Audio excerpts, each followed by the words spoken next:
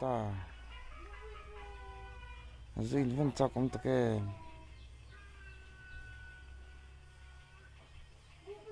in po chak om to lom le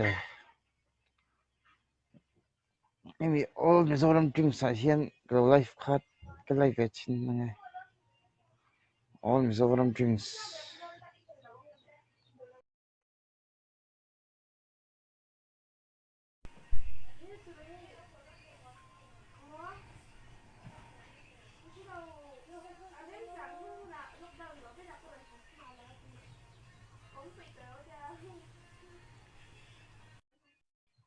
zin ve te kan chak lom to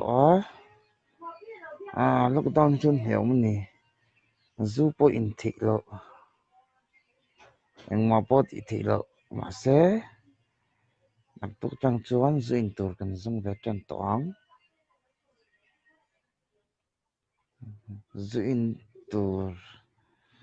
nei kha chuan lein seula comment nai hian usun no kha eng tin nge tia zu no khomo ka ti hret mai zin tur nei kha chuan lein report zel ro comment nai hian zin kan chak ni hai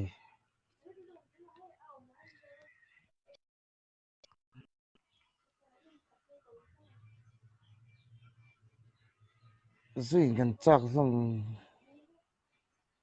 zin te ka chak ve to ni ke poin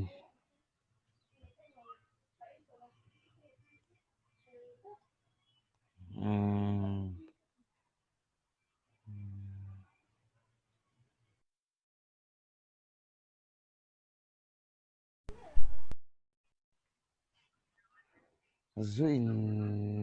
in chin mi vanal pe ka zu hi mo ka chon ni ber mai pe ka zu che cái đủ về mà đầu sang quy cho toàn tây DC zu hi in cha cũng về to all Mizoram Drink Association này hiền min lâu lom lut về mi tu in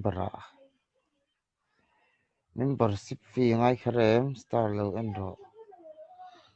zu in chi na mi pe ka in chi ne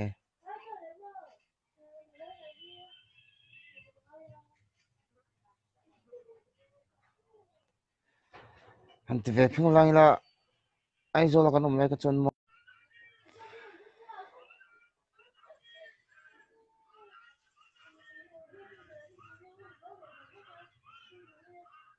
zui che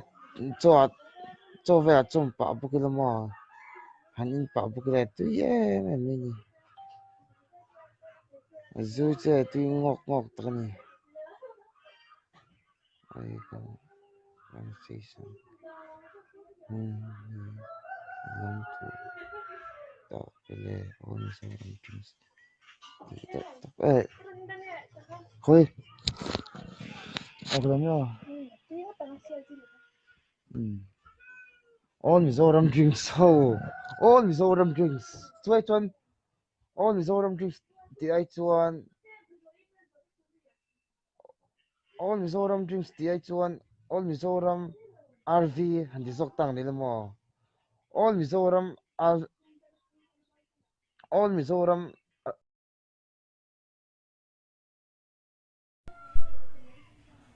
all Mizoram rang all Mizoram rang va mol te pot ti thua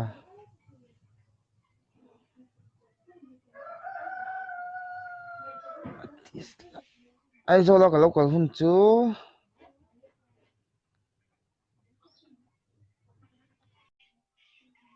zo rem siam kan kho ma ze zo rem siam